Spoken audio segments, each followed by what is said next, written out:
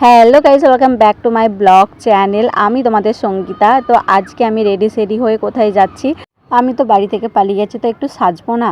তো এই ড্রেসটা আমি নিয়েছিলাম মিশো থেকে। তো এই ড্রেসটা প্রায় 500 টাকার মতন নিয়েছে। কেমন লাগছে অবশ্যই কমেন্টে জানিও কিন্তু। আর বাড়ি থেকে তো পালিয়ে যাচ্ছি, ব্যাগপত্র গুছিয়ে নিয়েছি। তো আমাকে আনতে আসবে। তোমরা লাস্ট ব্লগটা এন্ড অবধি দেখতে থেকো, অবশ্যই জানতে পারবে আমি কোথায় পালাচ্ছি আজকে।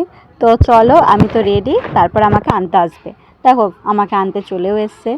ঠিক আছে, তো কোথায় যাচ্ছি না যাচ্ছি ব্লগটা এন্ড অবধি দেখো, অবশ্যই জানতে পারবে। আর গাইস, যাওয়ার পথে আমার দিকে কিন্তু পুলিশে ধরেছিল। আমার জীবনের প্রথম এই ফার্স্ট এক্সপিরিয়েন্স পুলিশের কবলে পড়েছিলাম। তো তোমরা যারা পানশিউলির রাস্তা দিয়ে আসছো, একটু আমি জানিয়ে দিচ্ছি, একদমই এসো না। আর যদি এসো, খুবই কেয়ারফুল, একদম সাবধানে এসো। আর এটা ছিল পানশিউলির পোল পার হচ্ছি। তোমরা হয়তো ভাবছো এই রাস্তা দিয়ে পালিয়ে যাচ্ছে কোথায়। আজকে মাসের ক তারিখ বলো তো? এপ্রিল মাসের 1 তারিখ না? আমি তোমাদেরকে এপ্রিল ফুল বানালাম, এপ্রিল ফুল। আমি কোথাও পালাচ্ছি না, আমি যাচ্ছি আমার মাসি বাড়ি পূর্ব মেদিনীপুর। আর এটা হলো আমার দাদা আমাকে আনতে এসেছিল। এপ্রিল ফুল হয়ে গেলে তো তোমরা বল, জ্বর বাতা বেঁচেছি, বল কি বলবি?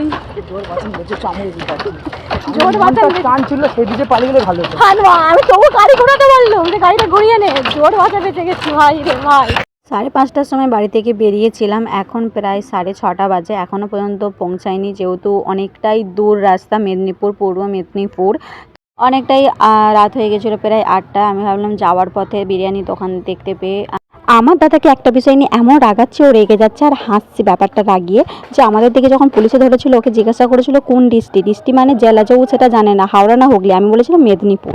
এত বড় ছেলে হয়ে গেছে, বিয়ে হয়ে গেছে, এক ছেলের বাপ হয়ে গেছে, জেলা হুগলি গ্রাম কিছুই জানে না, ওর গ্রামের নাম আমাকে বলতে হচ্ছে। আমি প্রায় আমার মাসি বাড়ি আসছি 3 বছর পর। 3 বছর আগে একবার এসেছিলাম, প্রায় 22 সালে এসেছিলাম, আজ 26 সালে এসেছি পুজো দেখতে। তো দেখো আমি ফাইনালি আমার মাসি বাড়ি চলে এলাম। আর আমি কোথাও পালিয়ে যাচ্ছি না, তোমার দিকে জাস্ট বোকা বানালাম।